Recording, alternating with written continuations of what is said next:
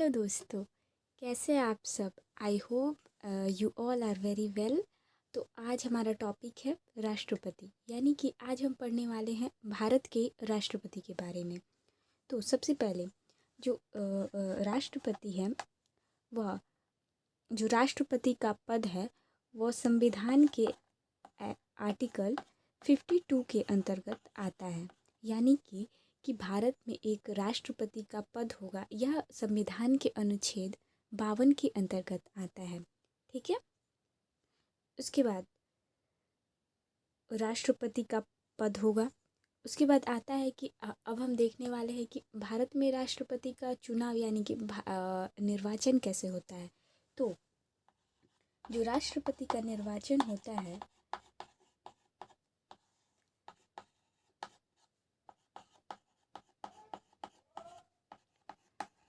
वह आर्टिकल 52 के अंतर्गत होता है।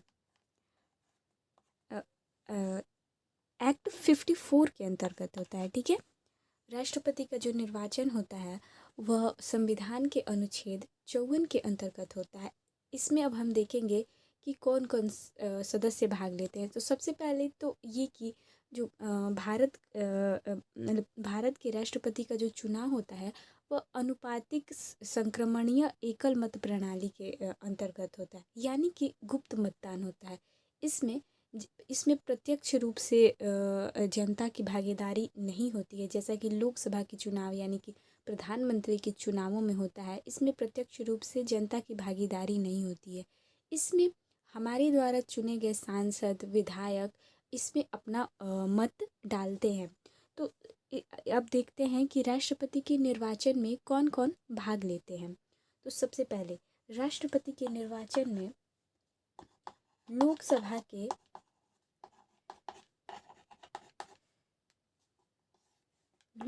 के निर्वाचित सदस्य,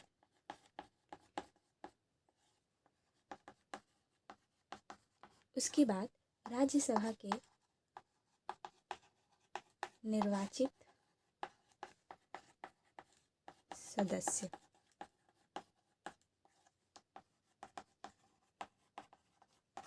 उसके बाद राज्य विधानसभा यानी कि पूरे देश के राज्य विधानसभा के निर्वाचित सदस्य भी भाग लेते हैं। इसके अलावा दिल्ली व पुडुचेरी जो कि केंद्र शासित प्रदेश है, और जम्मू कश्मीर भी, तीनों जो कि केंद्र शासित प्रदेश है, वहाँ के भी जो विधायक हैं वो भाग लेते हैं।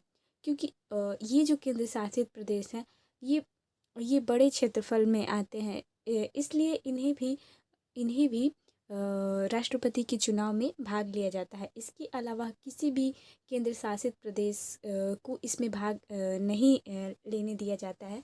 तो हम देखते हैं कि दिल्ली, पुडुचेरी तथा जम्मू एंड कश्मीर के निर्वाचित सदस्य। निर्वाचित का मतलब यहाँ पर यह हुआ कि जिसको जनता ने अपना वोट देकर निर्वाचित किया यानी कि चुना हुआ है। अब इसमें हम देखते हैं कि कौन भाग नहीं लेता है। तो सबसे पहले आपने इसमें देखा कि लोकसभा के निर्वाचित सदस्य, राज्यसभा के निर्वाचित सदस्य तथा राज्य विधानसभा के निर्वाचित सदस्य और दिल्ली, पुडुचेरी तथा जम्मू एंड कश्मीर के निर्वाचित सदस्य भाग लेते हैं। ठीक है। उसके बाद जैसा कि हम जानते हैं, या फिर मैं आपको बताना भी चाहती हूँ कि राष्ट्रपति के द्वारा राज्यसभा में 12 ऐसे सदस्यों को मनोनीत किया जाता है जो अपने क्षेत्र में काफ़ी अच्छे हो, जैसे कि साहित्य, कला, इन सब खेल इन सब क्षेत्रों में काफ़ी अच्छे हो। तो राज्यसभा में 12 सदस्य मनोनीत किए जाते हैं, और वहीं पर राष्ट्रपति के द्वारा ही राज्यसभा में 12 सदस्य मनोनीत किए जाते हैं जो अपने क्षेत्र में एक अलग स्थान रखते हैं। और लोकसभा में 2 मनोनीत किए जाते हैं, यानी कि ये चुने नहीं जाते हैं जनता के द्वारा, ये डायरेक्ट राष्ट्रपति के द्वारा संसद में मनोनीत किए जाते हैं, यानी कि मनोनीत किए जाते हैं। तो लोकसभा में 2 आंग्ल भारतीयों को किया जाता है। तो हम देखते हैं ठीक है, आपने ये जान लिया कि कौन कौन होते हैं लोकसभा के निर्वाचित सदस्य, राज्यसभा के निर्वाचित सदस्य, राज्य विधानसभा के निर्वाचित सदस्य और दिल्ली पुडुचेरी तथा जम्मू एंड कश्मीर के निर्वाचित सदस्य। उसके बाद हम अब राष्ट्रपति के चुनाव में भाग नहीं लेते हैं, वो हैं दोनों सदनों के मनोनीत सदस्य। राज्यसभा में 12 मनोनीत सदस्य किए जाते हैं राष्ट्रपति के द्वारा ही, और लोकसभा में 2 आंग्ल भारतीयों को मनोनीत किया जाता है, तो वो भाग नहीं लेते। और राज्य विधान परिषद जो कि भारत में 16 है, 16 जगह है, 16 जगह है। जैसे कि हमारे जैसे कि लोकसभा हो गया निम्न सदन और राज्यसभा हो गया उच्च सदन, ठीक है। वैसे ही राज्यों में, देश के लिए वैसे ही राज्यों में विधानसभा जो होता है, राज्य विधानसभा निम्न सदन होता है और राज्य विधान परिषद उच्च सदन होता है। यह सभी राज्यों में नहीं है, सिर्फ भारत के 16 राज्यों में ही राज्य विधान परिषद है, ठीक है। इसके बाद हम देखते हैं कि इसमें मत कैसे पड़ते हैं, ठीक है। अब देखते हैं कि जैसे कि हमारे यहाँ जैसे हम वोट डालते हैं तो हमारा वोट एक होता है, यानी कि हमारा वोट का जो वैल्यू होता है वह एक होता है। लेकिन राष्ट्रपति के चुनाव में ऐसा नहीं है। काफ़ी मतगणना के बाद इस राष्ट्रपति के एक सदस्य के मत का वैल्यू निकाला जाता है। तो हम सबसे पहले देखते हैं, जैसे लोकसभा, राज्यसभा और विधानसभा शामिल होती है, तो हम देखते हैं कि विधानसभा के एक सदस्य के मत का मूल्य कैसे निकाला जाता है, ठीक है। विधानसभा, राज्य विधानसभा के एक सदस्य के मत का मूल्य बराबर होता है उस राज्य की जनसंख्या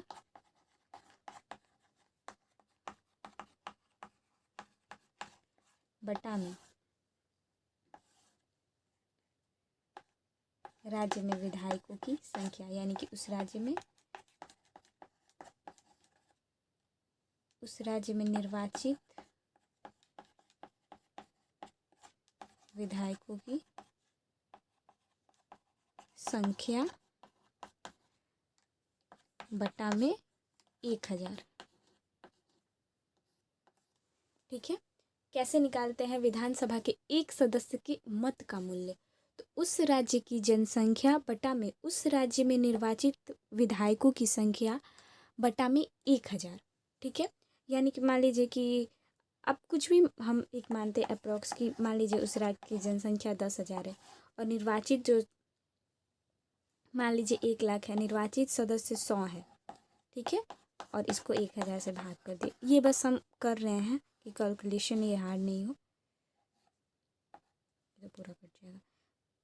मान लीजिए 10 लाख है, तो ठीक है, ये हो गया और ये हो गया। यानी कि एक विधायक के मत का मूल्य 10 होता है। एक विधायक के वोट का वैल्यू जो होता है 10 होता है। मतलब ये मैं एग्जाम्पल में कर रही हूँ, ऐसी कैलकुलेशन किया जाता है। अब देखते हैं कि लोकसभा के सदस्य की मत का मूल्य कितना होता है। तो लोकसभा के सदस्य के मत का मूल्य जानते हैं कितना होता है? लोकसभा के सदस्य का मूल्य होता है राज्य विधानसभा में कुल राज्य विधानसभा, मतलब जितने भी देश में विधानसभा है उनकी मतों का मूल्य बटा में कुल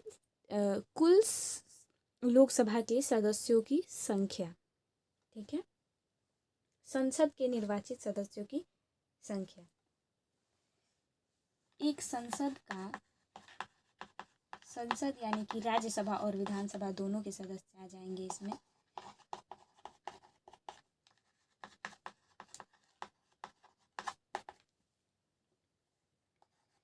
सभी राज्यों के विधायकों के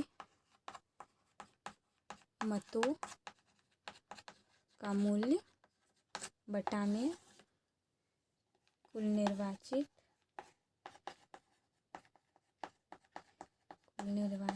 विधायकों की संख्या। आप इसे ज़रूर नोट कर सकते हैं। देखिए, एक संसद के मत का मूल्य होता है सभी राज्यों के विधायकों के मतों का मूल्य। जैसे कि हमने उधर एक विधायक के मत का मूल्य निकालता, उसी प्रकार पूरे राज्य के विधायकों के मतों का मूल्य निकाल देंगे और कुल निर्वाचित विधायकों की संख्या, जो संसद का जो राष्ट्रपति के चुनाव में 7-8 लाख वोट पड़ते हैं, यानी कि क्योंकि एक एक मत का वैल्यू ज़्यादा है, तो इस वजह से और संसद द्वारा इसका एक निर्धारित निकाल दिया जाता है, क्योंकि राज्य में हमेशा बदलता रहता है, लेकिन इसका संसद के एक मत का मूल्य 708 होता है। ये कैलकुलेशन करके पहले ही निकाल दिया गया है। कभी कभी इसमें भी कुछ कुछ अंकों में बढ़ोतरी या घटोतरी होती रहती है, लेकिन मतलब 708 संसद के लोकसभा के द्वारा ही इसे तय कर दिया गया है। ठीक है। राष्ट्रपति का कार्यकाल। राष्ट्रपति का कार्यकाल जो होता है वह अनुच्छेद यानी कि आर्टिकल 56 के अंतर्गत आता है। ठीक है। और राष्ट्रपति का जो कार्यकाल होता है वह 5 साल का होता है। ठीक है। राष्ट्रपति का कार्यकाल एक्ट 56 के अंतर्गत आता है और ये 5 साल का होता है। और अगर राष्ट्रपति के चुनाव में कोई भी विवाद या कोई भी कुछ भी होता है, तो इसका निपटारा जो करता है वो उच्चतम न्यायालय करता है। राष्ट्रपति के चुनाव से संबंधित विवादों का निपटारा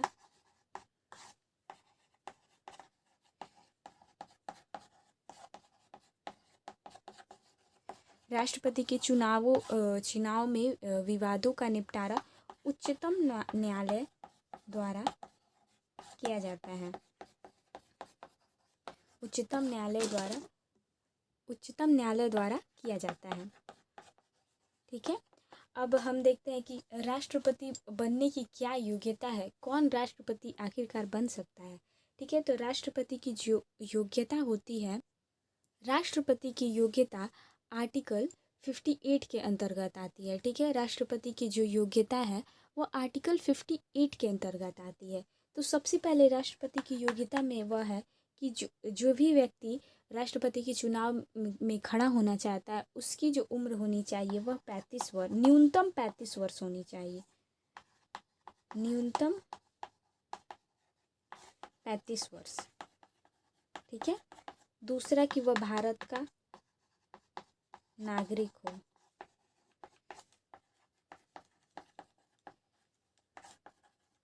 तीसरा कि वह लोकसभा के सदस्य बनने की योग्यता रखता है। तो लोकसभा के सदस्य बनने की योग्यता यही है कि उसकी उम्र 25 वर्ष होनी चाहिए। तो जो कि 35 वर्ष है, तो 25 वर्ष तो पहले ही होगा। तो इसकी कोई उतनी मान्यता नहीं है कि लोकसभा के सदस्य की योग्यता। ठीक है। और चौथा है कि वह किसी भी लाभ पद पर नहीं होना चाहिए। लाभ पद का मतलब है कि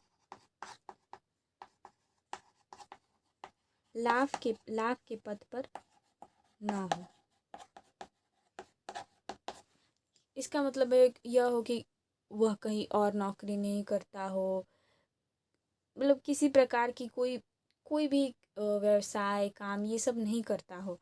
इसका जैसे लाभ के पद के अंतर्गत नहीं आता, जैसे राज्यपाल, उपराष्ट्रपति, ये सब का जो होता है उपराज्यपाल, ये सब राज्यपाल, ये सब लाभ के पद पर नहीं आते हैं। और सबसे इम्पोर्टेंट ये है कि मान लीजिए कि ये सब तो कोई भी पूरा कर सकता है, लोकसभा की संसद की योग्यता भी कोई भी पूरा कर सकता है, क्योंकि हमारे देश में 543 सीटें हैं लोकसभा की, तो 543 खड़े हो सकते हैं राष्ट्रपति के लिए उम्मीदवार ही। लेकिन सबसे इम्पोर्टेंट इसमें एक पांचवा है कि आपको राष्ट्रपति के चुनाव में खड़े होने के लिए राष्ट्रपति का उम्मीदवार बनने के लिए 50 अनुमोदक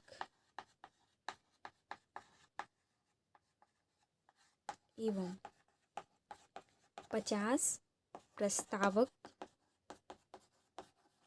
की आवश्यकता होती है।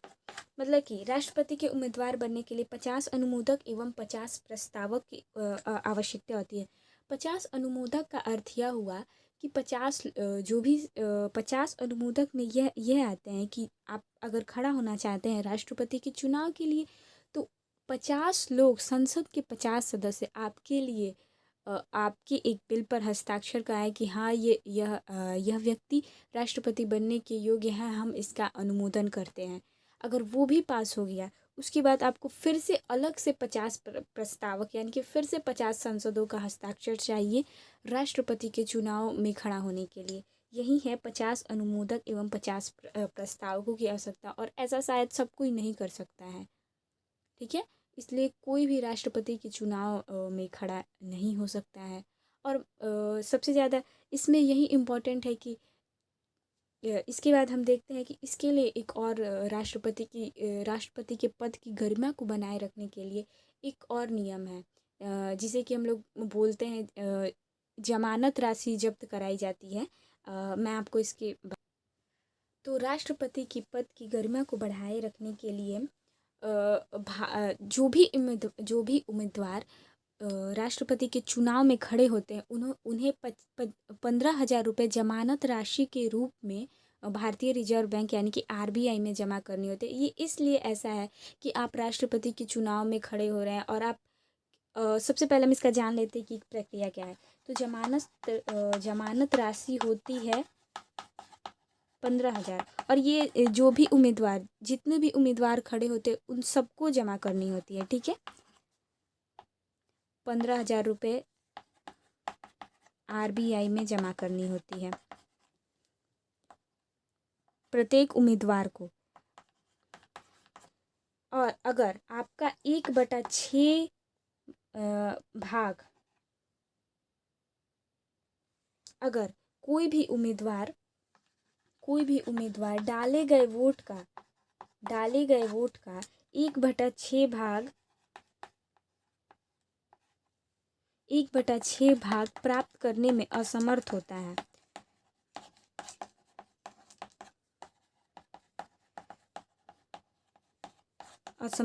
है, तो उसकी राशि जब्त कर ली जाती है। ऐसा इसलिए होता है क्योंकि हम राष्ट्रपति, जो कि सबसे बड़ा पद है इस देश का, उसकी गरिमा को बढ़ाए रखने के लिए अगर आप कुल डाले गए वोटों का 1/6 भाग भी नहीं प्राप्त कर पा रहे हैं, तो आप फिर क्यों इस चुनाव में खड़े ही हुए हैं। तो ये जमानत राशि होती है जो सारे उम्मीदवारों को जमा करनी होती है। 15,000 रुपये आरबीआई को जमा करनी होती है। अगर आप 1/6 भाग प्राप्त कर लेते हैं तो आपको ये राशि वापस मिल जाती है। लेकिन अगर आप 1/6 भाग प्राप्त नहीं करते हैं तो यह है कि लोगों को इसकी गंभीरता का पता चले कि हम राष्ट्रपति के चुनाव में खड़े हुए हैं और हम कुल डाले गए वोटों का हम 1/6 भाग भी प्राप्त नहीं कर पा रहे हैं। तो आई होप आपको ये जमानत राशि वाली बात समझ में आई होगी। इसके बाद हम पढ़ने वाले हैं राष्ट्रपति पर महाभियोग के बारे में। तो महाभियोग क्या होता है? तो महाभियोग होता है कि अगर राष्ट्रपति संविधान का उल्लंघन करता है तो उस पर महाभियोग के तहत उसको उसके पद से हटाया जा सकता है। तो यह महाभियोग लगता कैसे? तो सबसे पहली बात यह है कि यह महाभियोग अनुच्छेद 61 के अंतर्गत आता है, एक्ट 61 के अंतर्गत। ठीक है, और यह अमेरिका से लिया गया है, ये भी आपको ध्यान में रखना है। राष्ट्रपति पर महाभियोग अनुच्छेद 61 के अंतर्गत, और यह अमेरिका से लिया गया है। तो इसमें क्या होता है, अगर कोई भी राष्ट्रपति, क्योंकि ये सबसे उच्चतम पद है भारत में, अगर वो कुछ भी करने लगे उल्टा सीधा, तो उसको उसके पद से हटाने के लिए ये भी एक प्रक्रिया है जिससे उसके पद से हटाया जा सकता है। ठीक है, तो राष्ट्रपति पर महाभियोग कैसे लगता है? तो सबसे पहले महाभियोग संसद के किसी भी सदन से लगाया जा सकता है, या तो लोकसभा या तो राज्यसभा। ठीक है, संसद के किसी भी सदन से लगाया जा सकता है। संसद के किसी भी सदन से, अगर किसी भी सदन से लगाया गया तो सबसे पहले मान लीजिए कि राज्यसभा से लगाया जा रहा है। अगर राज्यसभा से लगाया जा रहा है तो सबसे पहले जिस बिल पर सबसे पहले 1/4 सदस्यों का हस्ताक्षर होना चाहिए। 1/4